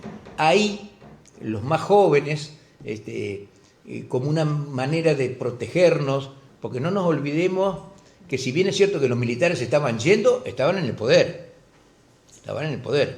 y habían desaparecido, según dicen algunos números, como 30.000 personas, digamos. Entonces, no era fácil tomar la municipalidad. Tomar la municipalidad era un acto de rebeldía contra el poder militar. Entonces, una manera de autoprotegerse en ese momento, por eso digo, 43 años atrás, sin celulares, sin prácticamente teléfono fijo, estaba el del intendente, el de la secretaría, con los diarios nada más, y la radio de Zabalza, que era una radio de circuito cerrado. La radio de Zabalza, los más jóvenes van a decir que soy un viejo bolacero, pero era como un cajón de zapatos, una caja de zapatos que había en la caja de cada uno. No teníamos radio para escuchar. Hoy la radio de Zabalza la escuchamos en la FM, en la radio. Vamos en el auto y la vamos escuchando. La escuchamos en casa. En ese momento era una radio de circuito cerrado. ¿Eso qué quería decir? Zabalza te daba una cajita que vos la ponías en tu casa con un cable. Vos tenías que tener cable hasta la radio de Zabalza. ¿Entendés? Si no tenía cable no podía escuchar nada. Por eso llamaba el circuito cerrado. Y él te cobraba con eso. A fin de mes te venía y cobraba un abono. Si vos no le pagabas, te cortaba la radio. ¿Entendés? Entonces, esa era la radio que había. Pero todos teníamos eso, porque por ahí estaba el chusmerío del pueblo. Ahí nos enterábamos quién se casaba, quién se moría, los accidentes, quién había metido preso, quién había hecho despelote, qué sé yo. Entonces era la radio del pueblo. La escuchábamos todo. Entonces, esa radio de Zabalza, por eso la radio de Zabalza era tan importante. Él estaba enfermo, esa foto que ella dice, Vicky, que de la revista Gente, Zabalza está en pijama, estaba en la cama, enfermo. y desde ahí llama a la gente, ¿entiendes? Y entonces la oficina de prensa se hace ahí, acá en el despacho a 10 metros de acá. Después los acontecimientos se precipitan, vienen las autoridades que lo habían intentado sacar a Finoquieto, vuelven a la noche del viernes a este lugar que era la Dirección de Cultura. El Consejo Deliberante funcionaba arriba en el primer piso. Esta es la Dirección de Cultura, y acá piden que desalojen, no querían saber nada, porque el reaseguro de la oficina de prensa era que la gente en el país se enterara de esto. Y cuando ellos empezaron a llamar a la radio, a la televisión, a los medios, al otro día empezó a salir, imagínense lo que era, en plena dictadura militar, que en un pueblo chiquito de 15 o 20 mil habitantes habían tomado la municipalidad. Eso era un escándalo, pero era una manera de protegerse. Entonces suceden los acontecimientos del viernes, el sábado no pasa nada, queda una guardia de compañeros custodiando las instalaciones, y en la madrugada del domingo aparecen alrededor de 150 milicos, como 10 carros de asalto, desalojan la municipalidad y toma la policía la municipalidad. Entonces ahí es cuando esta oficina de prensa se tiene que ir a algún lado, y entonces el cura, en ese momento Nicanor López, y los muchachos de la agrupación deportiva El Salado, arriba en la secretaría, dice, bueno, vengan acá. El cura López tuvo mucho que ver en eso. Por eso es que la oficina se desplaza a la iglesia, y está esta placa que Vicky cuenta, ¿no es cierto? Digamos, eso es porque si no queda como en el aire, que nos fuimos para la iglesia. Y no, ¿por qué nos fuimos a la iglesia? Nos fuimos porque venían los milicos. Y de hecho eso fue central porque el 5 ya vienen las autoridades, claro. Se resuelve el conflicto, y por eso sucede todo en la Inmaculada Concepción, digamos, esas fotos que vemos después, porque el conflicto ahí viene el gobernador a anunciar que no se venden las tierras de Perón. O sea, la importancia de la organización me parece central, de poder tener la astucia de pensar en esto de los medios de comunicación, de organizarlos, de empezar a convocar, y bueno, de que haya salido exitoso. Hay unas tapas ahí muy interesantes de Tiempo Argentino, de diarios que bueno, cómo relatan, ¿no? Sí. Cómo demuestra la fuerza, ¿no?, que tuvo ese movimiento popular. Esa azul de abajo, es el Imparcial de acá, esa es parte de la colección que decía Clarita. Y esta foto de abajo, la del centro, esta es acá, esa noche, ese pelado que está ahí en el medio, el que se ve es ese de la corbata. Ese que está ahí soy yo mucho más joven, cuando tenía la barba negra. Ese que está ahí era el intendente que venía a sacar a Finoquieto. Entonces esa noche dice, desalojen la municipalidad, váyanse, que yo le voy a decir al gobernador, voy a venir con una posibilidad de que las tierras no se vendan. Y ya nos habían mentido muchas veces porque habíamos ido a La Plata a hablar y habían dicho que sí, que nos iban a no venderla, y la venta se iba a hacer igual. Así que se va otra vez. Este es Rubén D'Amore, y ese es Mauricio Zabalza, mire qué jovencito el periodista ahí está. Y bueno, cuando la municipalidad se toma, está la policía, los partidos políticos lo que hacen es, para tratar de visualizar el movimiento, como les contaba antes, esto era septiembre, y en 30 días más va a haber elecciones, o 40, 30 de octubre, esto era el 2 de septiembre, en 60 días va a haber elecciones. Entonces los partidos políticos llaman a sus referentes para que vengan y se pueda visualizar la situación, y viene del partido intransigente el doctor Oscar Allende, que era el candidato a presidente, una figura muy importante, que había sido gobernador ya del año 58 al 62. Volver a un segundito. Y ahí se da una marcha de la gente, él hace un acto en el salón parroquial, ahí al lado de la iglesia, y pasamos todos caminando ahí cantando el himno nacional frente a, ven los colectivos de la policía ahí. Los dos uniformados. Esto es la esquina de la municipalidad. Voy a pasar un aviso yo, el colectivo está parado en la puerta de mi casa. Claro. Yo vivo ahí. ¿Entienden dónde es el lugar, no? Ahí enfrente. Ahí está el colectivo. Esta es la esquina, aquella es la ferretería, la negra. estamos caminando en contramano, digamos, ¿no? Algunos no querían caminar porque era contramano. El canoso que va adelante es el doctor Allende. Y bueno, así titulaban los diarios, y esta de acá, que dice el Diario Sur, que se habían juntado en la mañana del lunes 5 3.000 personas.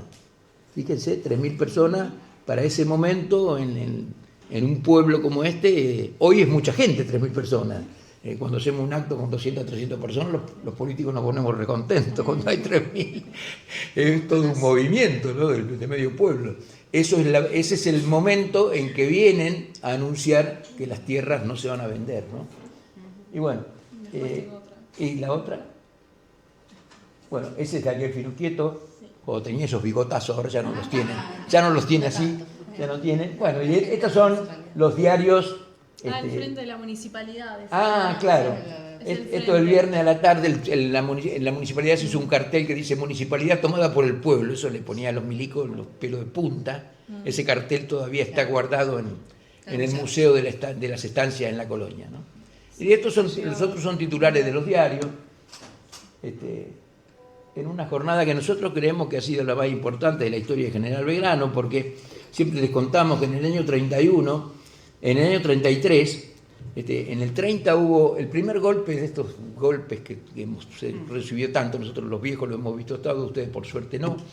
Empezaron el 6 de septiembre de 1930, era gobierno Irigoyen, radical, en su segundo gobierno, el 6 de septiembre del 30 se produce el primer golpe militar. Y en el 33, los radicales de la provincia de Buenos Aires y de algunos de otras partes del país pensaban hacer un contragolpe, digamos, levantarse en armas para sacar al gobierno que había sacado Irigoyen, digamos, ¿no es cierto? Entonces se hace una planificación de hacer un levantamiento en todos los pueblos, los radicales de Belgrano se levantan, y como en la misma, peor que ahora, y peor que en el 83, había muchas menos comunicaciones, toman la comisaría a tiros, van al Arca de Noé, donde que era un almacén de ramos generales, donde está el Banco Santander hoy, sacan armas de ahí, se tirotean con el comisario y todo, y como a las 11 de la mañana le dicen, che, los únicos tipos que se levantaron en toda la provincia de Buenos Aires fueron ustedes, no se había levantado nadie, entonces tuvieron que salir rajando, se suspendió y qué sé yo. Fue un acto muy heroico, revolucionario, pero de un solo partido político. La ventaja y la fortaleza del pueblazo es que participaron todos los partidos políticos por encima de las banderillas.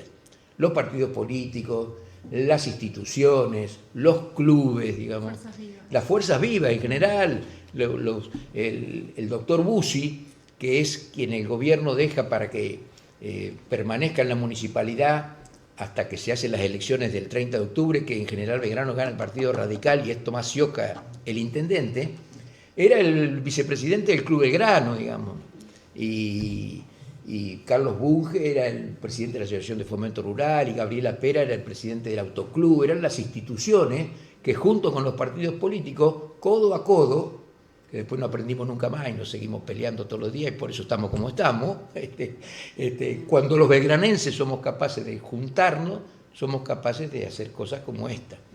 Y bueno, el pueblazo termina el 5 de septiembre y las cosas siguen pasando así, y uno de los participantes muy activos del 2 de septiembre es Ricardo Calegari. Ricardo Calegari era candidato del peronismo en el año 1983 y pierde las elecciones, gana el radicalismo en Belgrano. Ricardo Calegari pierde.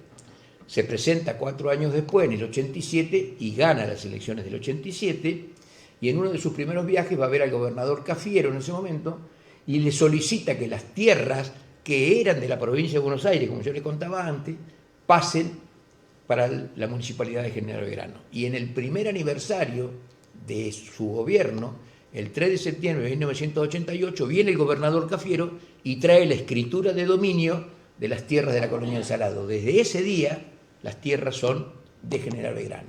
Y junto con él vino el ministro de Educación, el director general de escuela, que se llamaba Antonio Salviolo, y trae la declaración de la creación del CPT, de la Escuela de Alternancia para la Producción Total, la escuela que hoy está en el colegio, ¿no es cierto?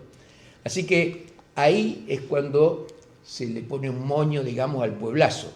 Aquellos panfletos que tirábamos en ese momento creyendo que íbamos a hacer una revolución bárbara y qué sé yo, que decíamos, no vendan las tierras ahora, que los veranenses tenemos futuro para eso, porque ahí vamos a hacer una escuela, porque por ahí tenemos un proyecto turístico. Bueno, ahí está el Bosque Encantado, ahí está el Museo de la Estancia, ahí está el CPT, ahí está el Instituto y todo lo que hay alrededor de la colonia y lo que hoy tenemos, ¿no? Es decir, ese es el corazón del pueblazo, ¿no? Bien. La verdad es que a mí me parece muy enriquecedor, en palabras de Ricardo, porque él vivió la experiencia, ¿no? Entonces es relatado, o sea, es una narrativa desde su propia mirada, cómo lo vivió, y es muy enriquecedor para poder aprender, saber qué fue lo que pasó. Bueno, continuamos con el último capítulo de mi tesis de grado, que es el capítulo número 3, el pueblazo en la memoria colectiva, acontecimientos, disputas y significaciones. Algunos hitos de la memoria que se analizan son las formas mediante las cuales el acontecimiento comenzó a transformarse en memoria colectiva. Un aspecto principal fueron las dimensiones individuales de quienes formaron parte del pueblazo, como los diferentes actores sociales, que nos da una dimensión colectiva cuando fueron compartidas y narradas. Es por eso que los testimonios nos permiten observar no solamente qué es lo que recuerdan las personas, sino también el significado que le otorgan a este acontecimiento. Algunos vehículos o hitos, vehículos de la memoria, hitos de la memoria fueron, bueno, la radio, la Iglesia Inmaculada Concepción con su placa, placas conmemorativas, el mármol roto durante la toma del municipio, los monumentos, las distintas conmemoraciones, los recorridos por los lugares relacionados al pueblazo. Por ejemplo, hay una calle que lleva el nombre de Mauro Zabalza, quien era el locutor y movilizaba, ¿no?, a las masas belgranenses para que estuvieran en las calles reclamando por estas tierras. El caso de la radio de Mauro Zabalza resulta muy significativo, ya porque permitió en la investigación, ya que permitió en ese momento, difundir información, convocar a vecinos durante el conflicto, y posteriormente esa figura fue incorporada a la memoria local, incluso mediante el reconocimiento de una calle con su nombre. Y el mármol roto dentro de la municipalidad también se transforma en un objeto, en una memoria objetivada, que deja de ser un objeto material y adquiere un significado simbólico relacionado con la participación popular. Actualmente se conserva en el Museo de las Estancias y existe una reproducción de en uno de los accesos a la ciudad, que es donde todos los años se realiza el acto aniversario. No sé si querés contar, Ricardo, alguna anécdota del mármol. El mármol, si han pasado ustedes por el monumento es el que está allá en la esquina donde tiene Rubén Porfirio la metalúrgica, en la 41. Es un mármol roto, es un mármol que está separado, ¿no? Aquí en el despacho municipal, en un rinconcito, había una mesita ratona de mármol que arriba tenía un cofre donde se guarda la bandera que se iza en la esquina. Eso pasaba antes, no sé si sigo guardando ahora, pero todas las mañanas en la ordenanza saca de ese cofre la bandera y la iza en el mástil de la esquina. Cuando se arma el despelote que se arma en el despacho municipal, entró la gente en una tromba, y algunos traviesos del lado de adentro. El despacho municipal tiene 2 ventanas para aquel lado, no sé si las han visto, las abrieron de adentro y la gente entraba por la ventana también. O sea, en el despacho municipal a las 12 del mediodía había 100 personas, 150 personas en un lugar donde entran 20, ¿no? Y entonces alguna chica entrada en kilos, medias grandecitas que ellos, se pararon arriba de la mesita y obviamente la partieron. Se partió la mesita esa de mármol. Hay varias que se adjudican eso. Cuando decimos que son gorditas no quieren ser ellas, pero algunos nombres sabíamos nosotros. Y entonces el mármol partido quedó como que era que cuando se rompe la soberanía popular pasan estos acontecimientos. Entonces, la representación del pueblazo es el mármol partido. Y como bien dice Vicky, el mármol partido, el original está en el Museo de las Estancias. Y para hacer el del monumento, encargamos uno. ¿Y dónde encargamos un mármol? Y donde encargan los del cementerio. Entonces encargamos un mármol en el cementerio de La Plata, hay una marmolería enfrente, mandamos las medidas, y cuando lo fuimos a buscar, estaba el mármol preparadito ahí, qué sé yo, y le dijimos al tipo que lo rompiera. Y dijimos, esto está loco, van a pagar el mármol y ahora quieren que lo rompan. Así que lo quebramos al mármol, igual que está quebrado y es el que está allí en la Ruta 41, una reproducción de lo que sucede cuando se rompe la soberanía popular o lo que el pueblo quiere, ¿no? Esa es un poco la soberanía, o lo que ahí está, ¿no? Ese es el mármol, ese es el mármol roto. Dice, en defensa de la soberanía del pueblo de General Belgrano, dice la plaquita. Exactamente. Sí. Bueno, y después en la tesis van a encontrar las nuevas lecturas del pasado a partir del presente. Los cambios políticos, sociales y culturales en la ciudad fueron modificando las formas de recordar este acontecimiento, y la memoria a lo largo de la investigación pude identificar que se abordó a partir de diferentes manifestaciones, desde el arte, la educación y diferentes producciones culturales. Además de ello, aparecen nuevos actores sociales que no necesariamente vivieron el pueblazo, pero que participan actualmente de su transmisión. Tenemos, por ejemplo, el caso del mural realizado en el CEP número 1, es un mural inaugurado en el año 2013, y también el mural que hoy comentaba Clarita, que fue borrado, que fue tapado, fue inaugurado en 2013 en la Plaza 1 de Agosto con motivo del 30 aniversario. El mural aparece como un vehículo de memoria porque permite representar los distintos momentos y acontecimientos y recuperar a sus protagonistas. Tuve la posibilidad de poder entrevistar a la muralista social que realizó el mural del pueblazo acá en la Plaza 1 de Agosto, Gisela Zabalza. Pude tener una entrevista en primera persona donde ella relata cómo fue su experiencia, la realización, los fines pedagógicos que tenía ese mural, porque si iban niños, niñas, iba a primaria, por ejemplo, podían tener una serie cronológica de los acontecimientos que fueron sucediendo en el pueblazo. Como le comentaba recién, es el mural que se encuentra en el CEP número 1. Y acá tenemos el mural que eso ya no está más. Exacto, este es el mural que en 2023, ¿verdad? Que no está más. Que no está más. Se borró desde los aportes académicos, por ejemplo, de Capazo y otros autores, sostienen que el arte comunitario puede funcionar, ¿no?, como una forma de manifestación de la memoria.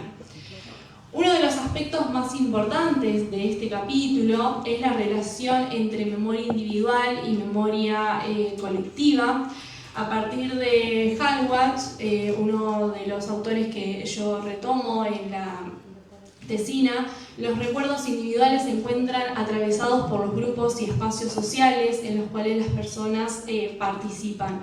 En el caso del pueblazo, la memoria se mantiene a través de los vínculos entre generaciones, los espacios compartidos, las narraciones que circulan dentro de la comunidad.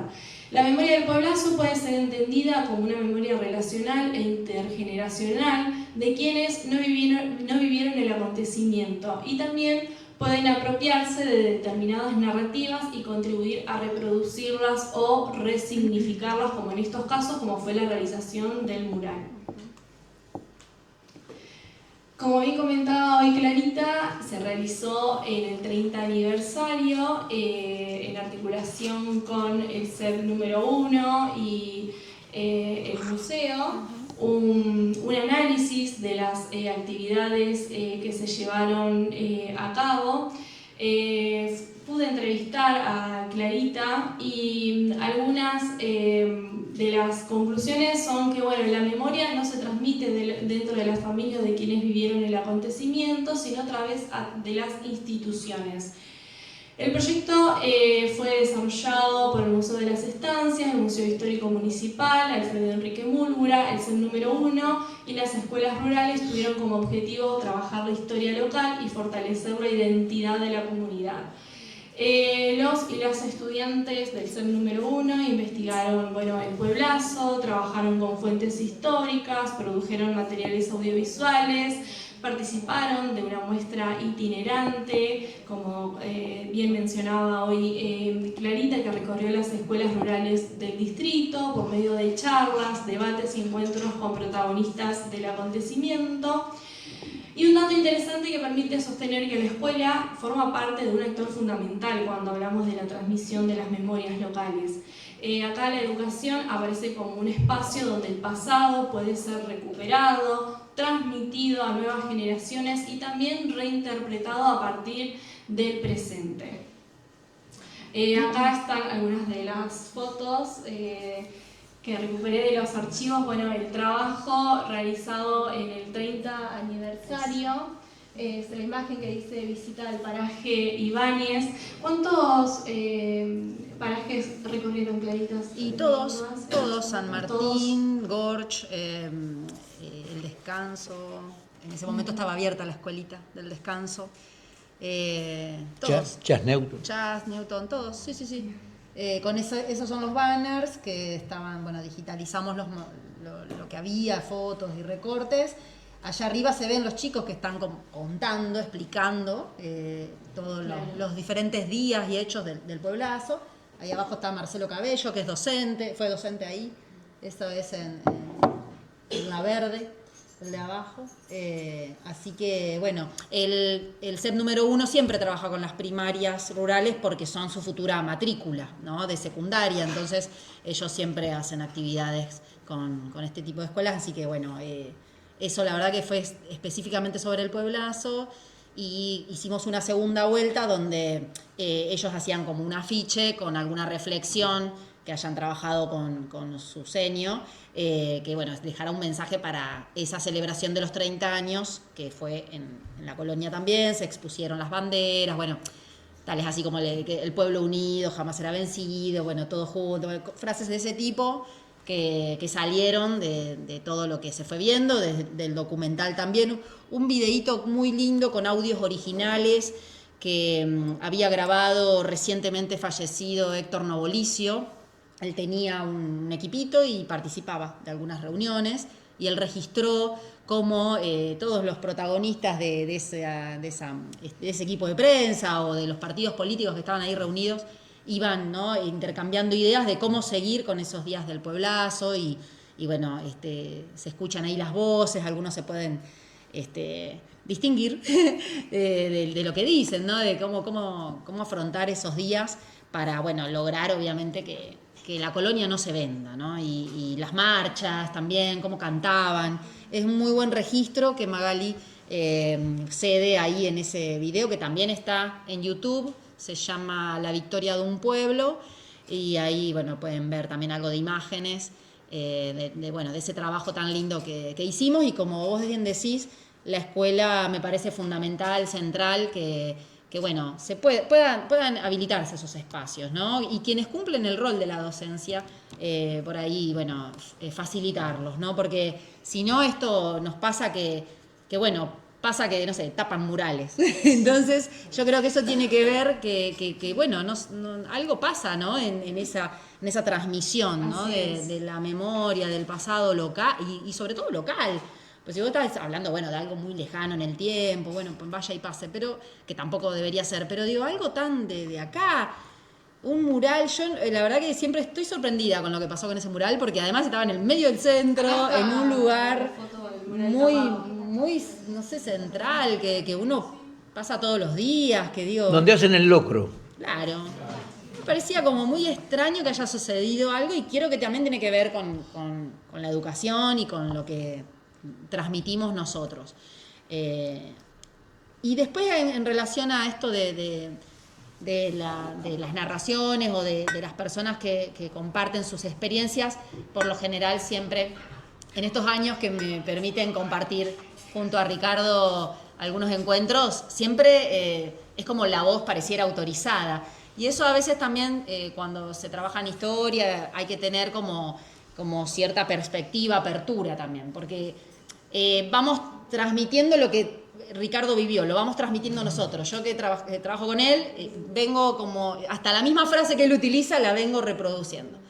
Eso me parece que tenemos que... No es bueno. No, sí que... No, hay que escuchar otras voces, hay que escuchar todas las voces. Hay que abrir porque el pueblazo tiene muchos protagonistas, muchas personas que lo vivieron desde distintos lugares. Cada uno lo cuenta distinto. Exacto, entonces eso también es rico, enriquece esa historia del pueblazo, ¿no?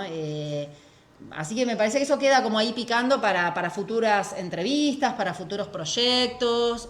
También el ciudadano común, porque, ellos porque estaban en un lugar por ahí, en otro rol, ¿no? Desde los partidos políticos, que incluso también pienso que hayan pensado como estrategia, vamos a aparecer en esto del pueblazo, mirá toda la gente que estamos trayendo, vamos a aparecer en la foto, vamos a hablar, porque justamente volvía al ruedo también eso, ¿no? Esa manera de, ahora tenemos que aparecer, nos tienen que conocer, ¿quiénes somos? ¿Quiénes van a ser los candidatos para octubre? Y ahí también eso me parece que por ahí se pone en juego. Pero ver que el rol de las instituciones, por ejemplo, ¿no? Justamente, intermedias. Claro, y justamente en relación a las instituciones, en tiempos actuales, tenemos los actos. Las instituciones todos los 2 de septiembre se juntan en el lugar de memoria y si no en el cine. Y después tenemos la secundaria número 5 que lleva el nombre, ¿no?, del pueblazo, nada más y nada menos que peso, ¿no? Que cuánta significación tiene que saber que hay una escuela que conmemora y no queda en el olvido el pueblazo. Esta escuela, rinde homenaje al histórico movimiento popular conocido como el Pueblazo en defensa de las tierras fiscales. Las memorias también están en disputas. La memoria no es homogénea, como dicen los autores afines a sociología de la memoria, sino no es homogénea ni existe una única versión sobre el pueblazo.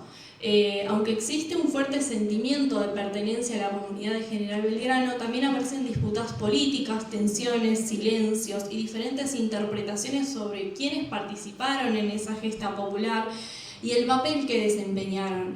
Y esto se puede visibilizar en las discusiones entre sectores vinculados, por ejemplo, al peronismo y al radicalismo, que cada tanto aparecen estas discrepancias, ¿no?, con respecto a lo que fue el pueblazo.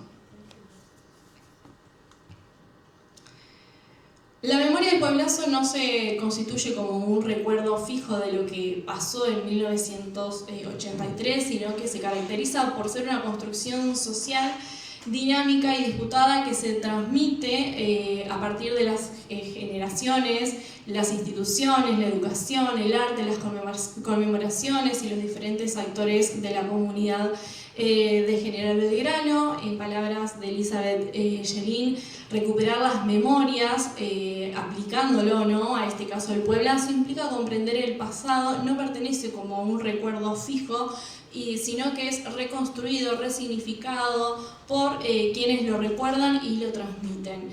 Si podemos pensarlo en ese sentido, creo que todos ya saben, hay una canción que está dedicada al pueblazo. Quien la escribió es... ¿Walter Soria o Bubi? Bubi la escribió. Bien, que la escribió Bubi, entonces...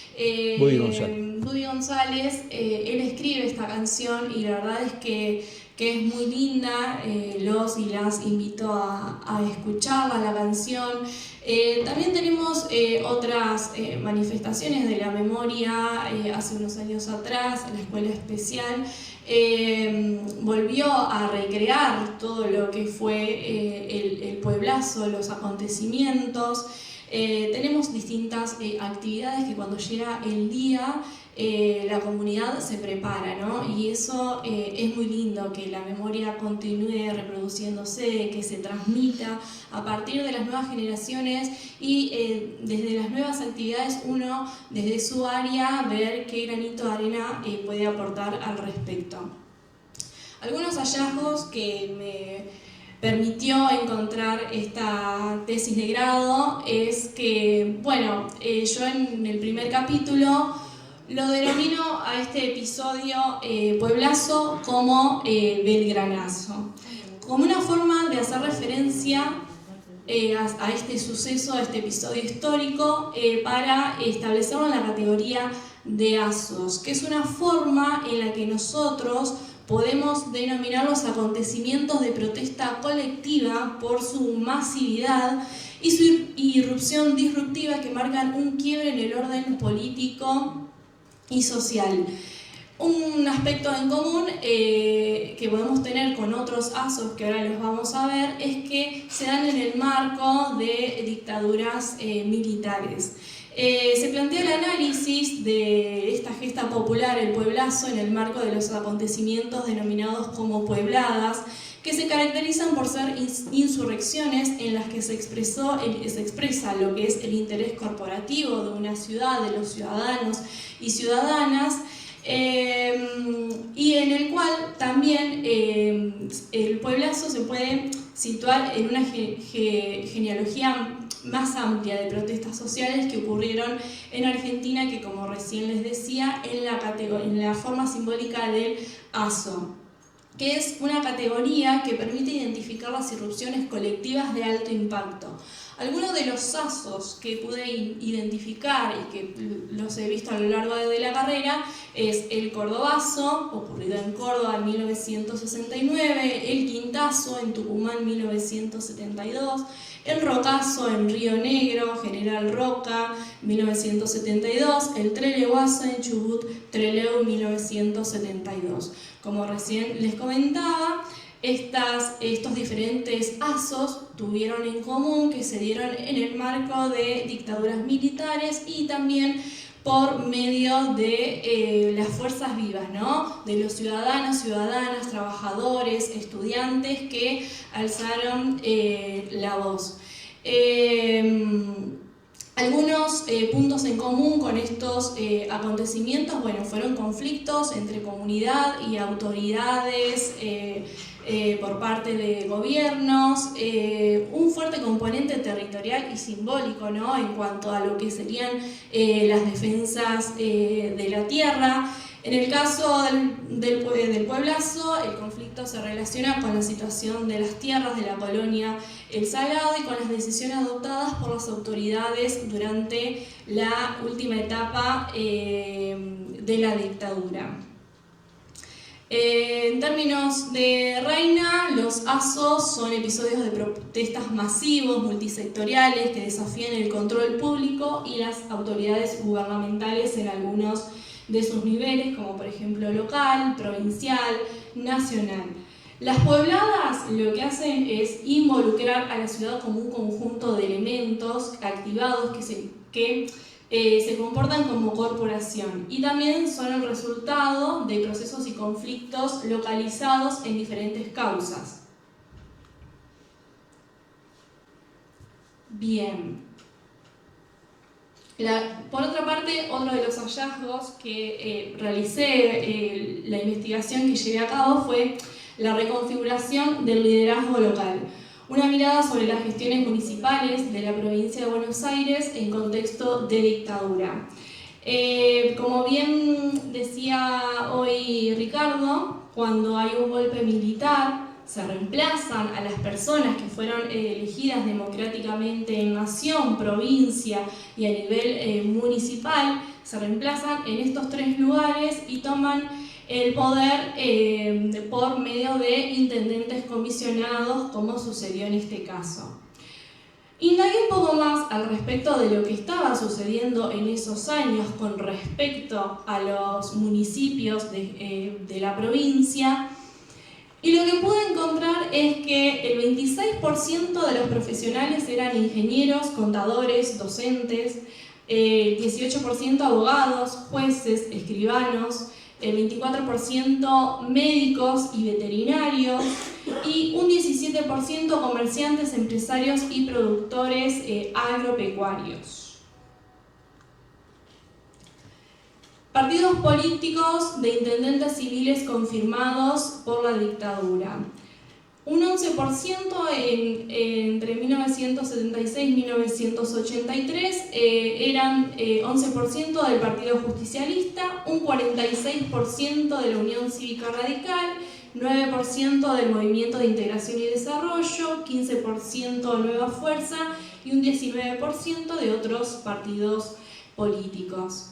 Y ya para ir terminando, ¿qué se recuerda y qué se olvida de este hecho histórico? Es que en este punto pude dar cuenta de que los actores sociales involucrados en mantener la memoria activa se encontraban atravesados por una mirada interdisciplinaria, es decir, no solamente como les decía recién, son protagonistas, actores sociales, sino también hijos, nietos, nietas de actores sociales que vivieron la gesta y también otros actores sociales que en la actualidad desde su profesión, desde su área, desde su disciplina contribuyen al pueblazo a partir de diferentes manifestaciones de la memoria. Acá tengo un pequeño fragmento de lo que fue el mural de Gilla. Ella lo que sostiene es que el mural fue la composición en distintos momentos que se fueron dando a partir de lo que surgió del pueblazo. Ellos lo dividen en diferentes días sobre los acontecimientos que iban sucediendo. En el mural, en un costado, allá o aquí, se puede ver el abuelo de Gilla, Mauro Zabalza, y tiene un análisis este mural, porque podemos ver, como veíamos hoy, los diarios reales. Acá se recrea la función de los diarios a nivel local y a nivel nacional. También la entrevistada trabaja lo que se llaman las intervenciones. Como pueden ver, la figura del policía, ahí había dos ventanas. Entonces, ellos lo que hicieron como artistas fue pensar qué podemos hacer en esta parte. Entonces lo que hicieron fue recrear la figura, ¿no?, de la fuerza policial que estaba en ese momento. Podemos ver de fondo el palacio. ¿Cómo? Los bigotes de Videla. Claro, ¿no? Con un sentido, ¿no? Este sentido de dictadura. De fondo el Palacio Municipal, tenemos nuestra bandera con el monumento y los diferentes actores sociales que se encontraban en la marcha en ese momento. Tenemos la recreación también de la imagen que hoy comentaba Ricardo en el mural, y tenemos a Mauro Zabalza también, que fue recreado por su nieta Gilla. Y acá tenemos la imagen del mural, ya como comentaba hoy Clarita, ya siendo borrado por la propia municipalidad, sin darle la posibilidad a la artista no sin darle la posibilidad, pero no hubo después, ¿no?, una recreación, una decisión al respecto de que haya otra propuesta de otro mural, sino que simplemente o actualmente está en blanco esa pared, y la verdad es que había mucha significancia al respecto, ¿no?, porque ese mural recreaba todo lo que había sucedido en el pueblazo. Entonces, esto es lo que yo trabajo en el tercer capítulo, cómo las memorias son borradas, silenciadas frente a distintos tipos de gobiernos. en el 30 aniversario vimos que hubo una gran movilización para poder continuar con la transmisión y reconstrucción de la memoria, que justamente en esos 30 años se inaugura este mural. Ya 10 años después, este mural es borrado. Lo que dicen los autores es que las borraduras y olvidos pueden ser producto de una voluntad o política de olvido y silencio por parte de actores que elaboran estrategias para ocultar, destruir pruebas, impidiendo de esta manera las recuperaciones de las memorias en el futuro. Visto desde este enfoque, el caso de estudio, la construcción y transmisión de la memoria fue interrumpida con el borramiento de uno de los principales murales que conmemoró lo que fue el Pueblazo. La posible lectura que se realiza ante esta interrupción de los procesos de reconstrucción de la memoria se relaciona con cuestiones políticas. Desde 2010 hasta fines de 2014, el gobierno de Unión por la Patria se caracterizó por mantener la transmisión de la memoria y todos los años realizar diversas actividades de manera interdisciplinaria, como fue en el caso del museo y el CEP número 1. Bueno, para finalizar, a lo largo de la tesina, considero que en mi investigación el pueblazo continúa vigente y activo en la sociedad belgranense a partir de diferentes manifestaciones en cada aniversario, cada práctica para continuar con la memoria activa. Si bien la gesta continúa siendo valorada en términos generales, las disputas se desplazan hacia la identificación de sus protagonistas, los roles asumidos por cada actor social y las formas en que este proceso es recordado y conmemorado. A modo de cierre, no busca configurarse la tesina como representativa de la totalidad de lo ocurrido en otras ciudades de la provincia de Buenos Aires, sino que busca aportar una reconstrucción situada que contribuya a la comprensión de estas dinámicas en escenarios locales. Y también, por último, traer... si bien generalmente conocemos casos puntuales que han sucedido en Córdoba, La Plata, Buenos Aires, Bahía Blanca, me parece importante revalorizar estos acontecimientos históricos que sucedieron en ese momento en pequeños pueblos o localidades y que pueda llegar a las grandes ciudades, que se pueda conocer qué es lo que pasó en los pueblos en contexto de dictadura militar.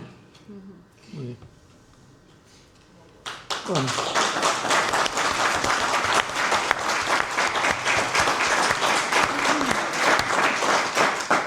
Por último, no quisiera dejar pasar este momento para entregarles a Ricardo, a Clarita y a Claudio una versión de la tesis de grado. Ellos fueron mis entrevistados y estuvieron en todo momento en la realización, apoyándome y acompañándome, así que les entrego un ejemplar a cada uno y también aprovecho a Claudio, que es historiador, para sus futuras clases como profe. Muy bien, muchas gracias. Muy bien, muchas gracias. Gracias, Vicky. No, venga. Oh. Felicitaciones.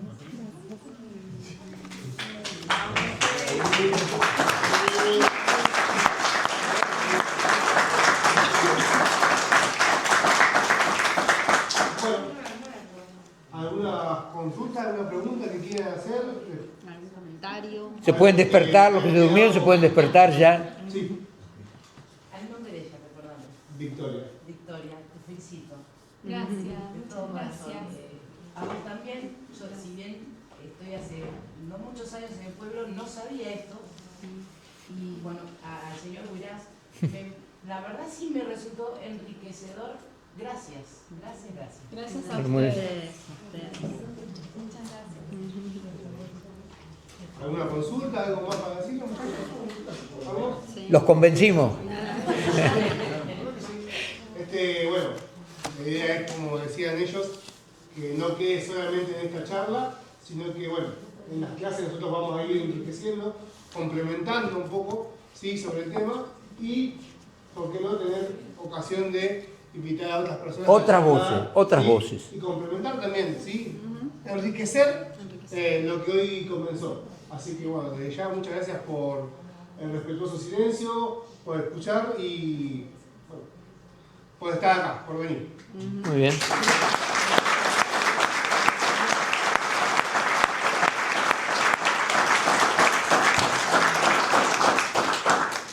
Vamos a sacar una foto. Vamos a ver. Todos juntos. Quédense ahí. Y Agustín nos saca. ¿Alguien? ¿Recién llegaste? ¿Quieres decir algo? Tenés que repetir todo lo que dijimos nosotros. Tenés que repetir La clase de todo. nuevo, pasamos. Estaba escuchando. Total, se la bancan. Buenas tardes. ¿Cómo les va? Bueno, gracias al profe que pidió el recinto para que sucedan estas clases.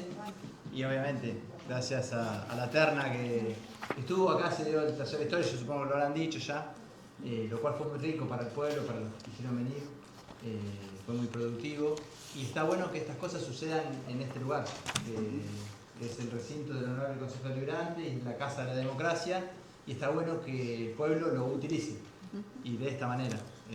No hay mejor manera. Así que gracias a ustedes. No, yo también, ahora que está presente, también quiero agradecer, ¿sí? Porque el presidente del Consejo nos cedió amablemente este lugar, con todas las comodidades que nosotros tenemos, ¿sí? Micrófono, sonido. Así que bueno, está bueno contar, ¿sí? Con estos espacios que se pueden utilizar ahora que estamos en democracia. Así es.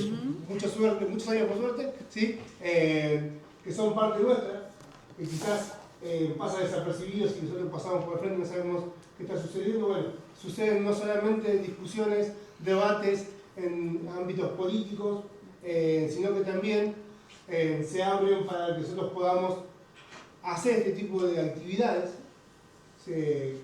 culturales, históricas, que a las instituciones educativas nos sirven un montón. Así que bueno, muchas gracias por todo. Muy bien. Y a Tomás. Tomás. Muy bien.